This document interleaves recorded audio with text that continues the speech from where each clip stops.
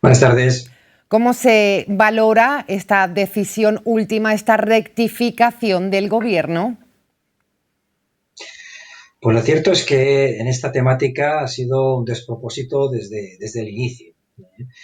Si recordamos, el Real Decreto del estado de alarma inicial se modificó para indicar que una persona, en su caso, podía ir acompañada de menores, que es un término que ya es un tanto desfasado y preferimos usar el término niños, niñas y adolescentes, para realizar un determinado tipo de actividades, pero por tanto de una forma digamos, excepcional, ¿verdad?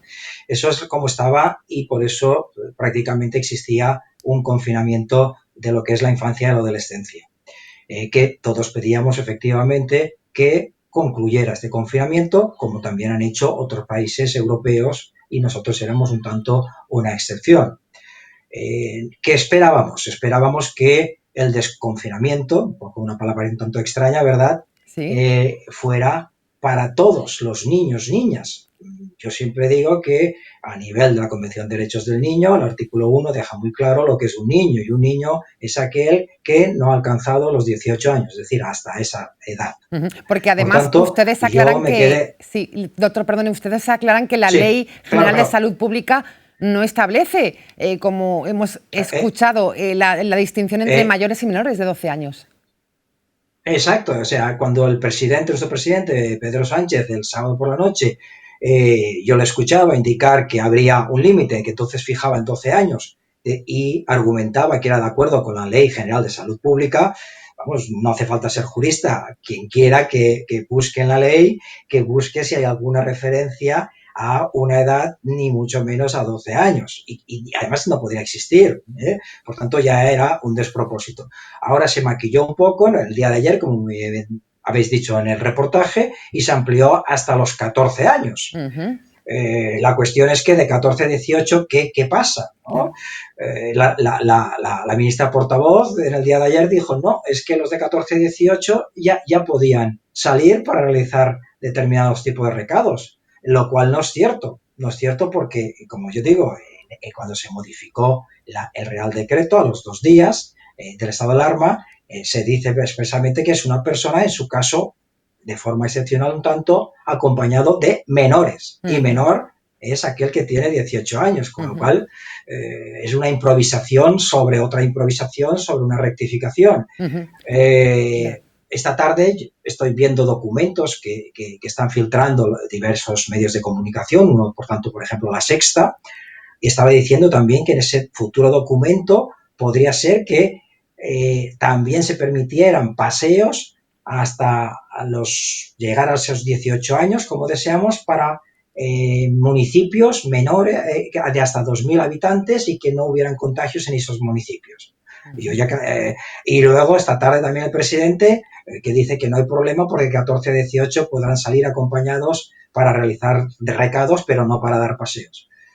Yo sinceramente no lo comprendo. Creo que la medida correcta hubiera sido, ya que hemos estado tanto tiempo con nuestra infancia y adolescencia, con los problemas que van a acarrear por este confinamiento, pues que el desconfinamiento abarcara A todos. efectivamente hasta los 18 años. Claro, porque hay una banda Esa es mi postura importante. Claro. y no la mía. Incluso los asesores de la Asociación Nacional de Pediatría también recomendaban efectivamente ese desconfinamiento para todos hasta los 18 años. Y por supuesto lo de ayer, ¿qué quiere que le diga? Lo de ayer que a las 4 horas se cambie al final para permitir que sí que haya paseos, pues yo creo que es una improvisación, un despropósito, y yo creo que la infancia no se merece efectivamente primero una invisibilidad que ha habido desde la propia Real Decreto del estado de alarma y, por supuesto, no se ha atendido a sus derechos y libertades, creo yo, durante toda esta crisis, que yo sé que es un gran problema, pero también hay que velar por esos derechos y libertades de la infancia y la adolescencia. Piden, por tanto, que no haya discriminación entre la niñez y la adolescencia. Ha quedado claro su discurso. También usted habla de esos derechos que no estaban garantizados con la situación que estamos viviendo de alarma para los más pequeños. El derecho, por ejemplo, a la educación no quedaba garantizado en muchos niños y niñas todavía. Claro, si leemos el estado de alarma, es muy tan simple que lo único que dice es una suspensión de lo que es la educación presencial y que yo lo veo correctamente y que en su lugar, pues en su caso, la educación a distancia y online. Que primero, yo lo que planteo es que no todas las viviendas en España efectivamente tienen conexión a red. ¿Mm?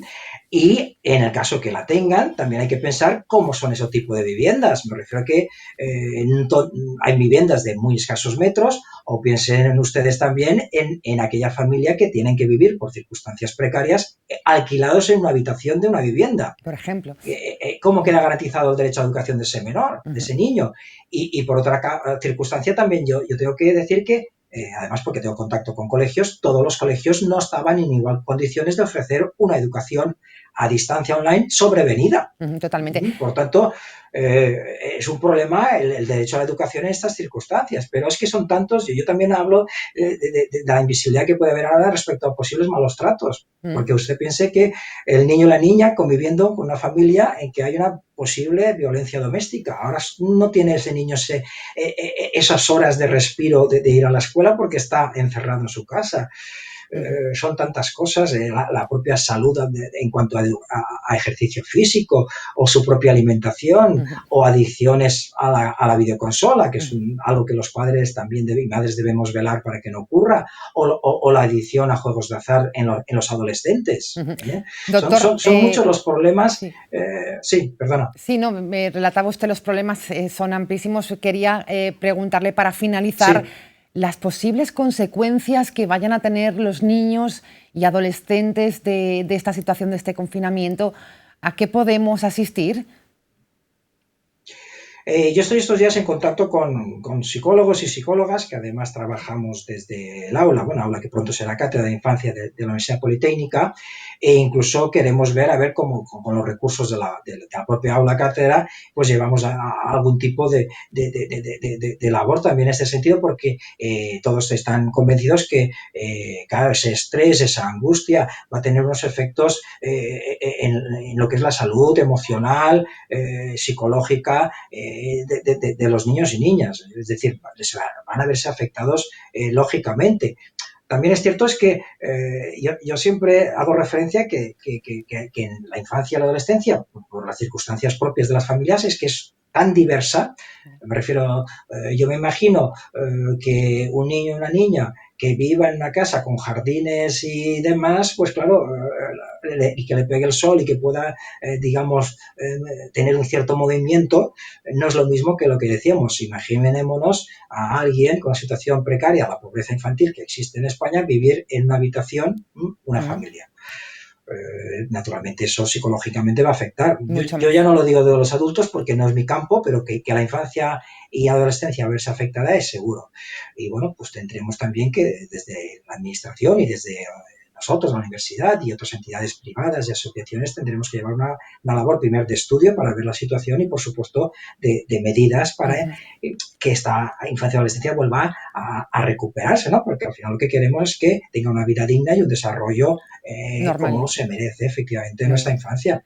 Muy bien, doctor, pues estaremos muy pendientes de esos datos todavía confusos de cómo va a ser ese desconfinamiento de niños y niñas, y esperemos que también puedan hacerlo los adolescentes.